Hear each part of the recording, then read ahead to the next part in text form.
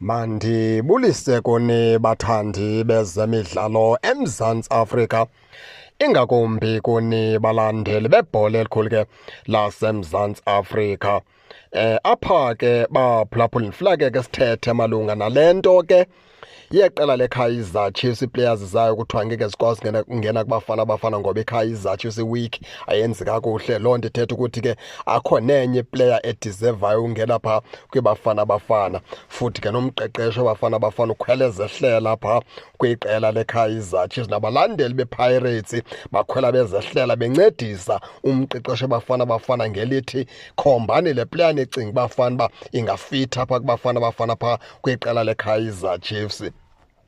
Masenjenje ke noba kungathini kuthini singabanye le nto ingeni kakuhle ezintliziyweni apho uye uthi awuqwalasela iplayers eKaizer Chiefs uzibona into yokubana ewe ke zikhona ezo zingenzi kakuhle kodwa zikhona ezenza kakuhle futhi kudala ke ndizikhankanya. Masenze umzekelo uLebogang Mabuye ndiqinisekile iimetshi zonke ngoba ezidlala kwiKaizer Chiefs nguye man of the match, ebengaqali ke oko wafika waqala wangena kwi-starting lineup seqela leKaizer Chiefs.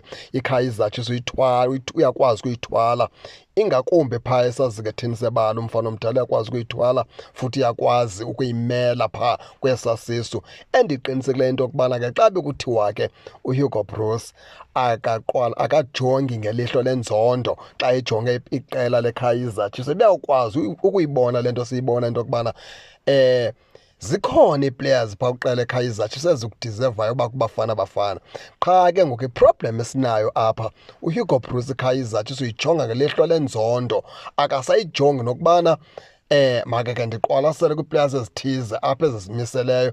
Ewe ke mhlawumbi emehlweni ke okanye ke engcingeni zakhe uHugo Broos uthi ayenzi kakuhle iKaizer Chiefs, ngeke akhethe players. Nalapho ke urongo ngoba kuneetim athatha kwezi players apha ezingoonumber 7, number 8 eligini. Ezinye ke wathatha ii-players zizawuphuma kwa-PSL wabeqhubeleka ethatha ii-players. Ndaxakwa ke uba yeyiphi le Kaizer Chiefs kuthiwa ayiphefombi kodwa kuneetim ezithathwayo ii-players zafumana ntsho nekhaphu.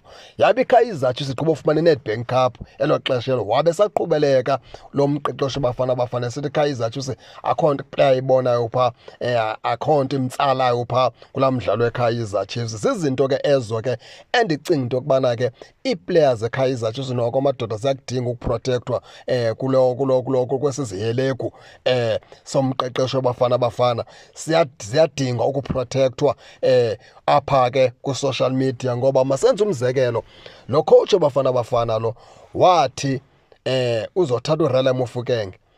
Sizazi ubabiza uRelem Mofokeng gqiba ubuya ku-injury, into yokuba wayehlele iform uRelem Mofokeng, wayehlele iform kasikhathi kokuba wahamba unkotha. Mthathiswa yintoni na uRele? Into yokubana akafuna uRele lahlekwe lithemba, kube ngathi mhlambi akasoplayer xa ehlele iform. So bemthathiswa into yokubana ke efuna ukumkhuthaza. Ndaxakwa ngoba zikhona ii-players phaa kwiKaizer Chiefs ke ekumele uba ziyakhuthazwa akazithathe ngoba zinetalente, qha zijongene nesimo esirongo phaa ngaphakathi ke kwiKaizer Chiefs. Bekumele uba ke azithathe, athi ke uyaziprotektha, sekhusela oku kwetalente le, kodwa akakwazi ukuyenza kwiqela leKaizer Chiefs loo nto.